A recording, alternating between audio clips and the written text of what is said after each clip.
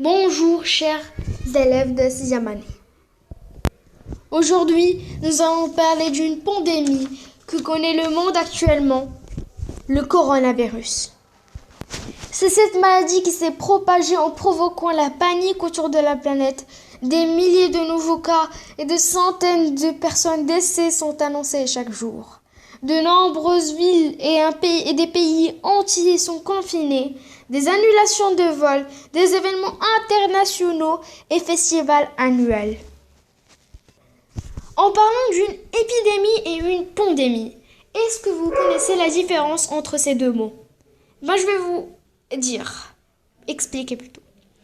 Une épidémie, c'est une apparition et propagation d'une maladie infectieuse, contagieuse qui frappe en même temps et au même endroit un grand nombre de personnes, d'animaux ou de plantes.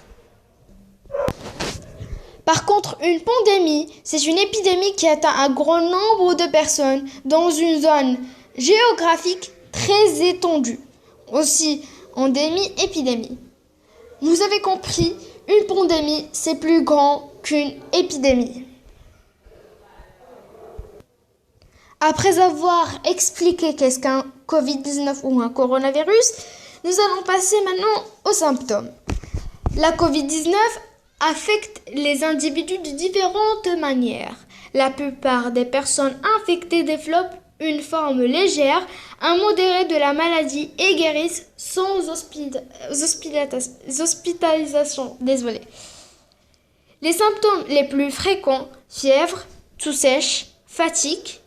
Les symptômes moins fréquents, courbatures, maux de gorge, diarrhée, conjonctivite, maux de tête, perte de l'odorat ou du goût, éruption cutanée ou décoloration des doigts ou des orteils.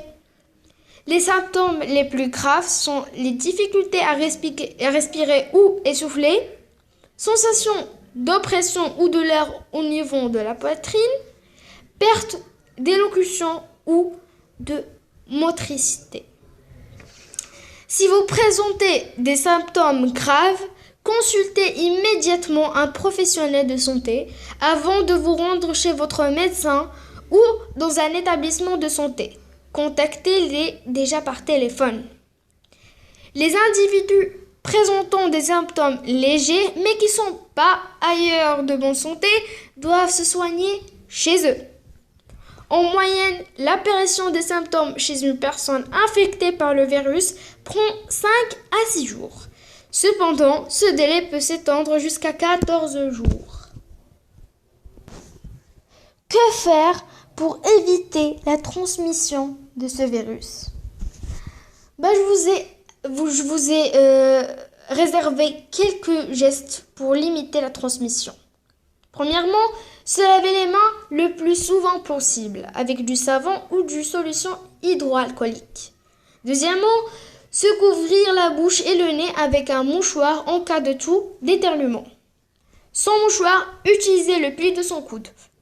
Jetez immédiatement le mouchoir après usage dans une poubelle fermée. Évitez de se toucher le visage, notamment les yeux, le nez et la bouche. Évitez les contacts proches en restant au moins 1 mètre des autres personnes, surtout si elles toussent ou éternuent. Évitez les poignées de main, car le virus passe aussi par le contact physique. La bise n'est également pas conseillée. Restez à la maison si vous ne vous sentez pas bien, ne pas se rendre chez le médecin ou à l'hôpital. Portez un masque chirurgical jetable si vous êtes malade ou pensez être, afin de ne pas contaminer vos proches. Avant de terminer notre exposé, voici une évolution quotidienne dans le monde entier.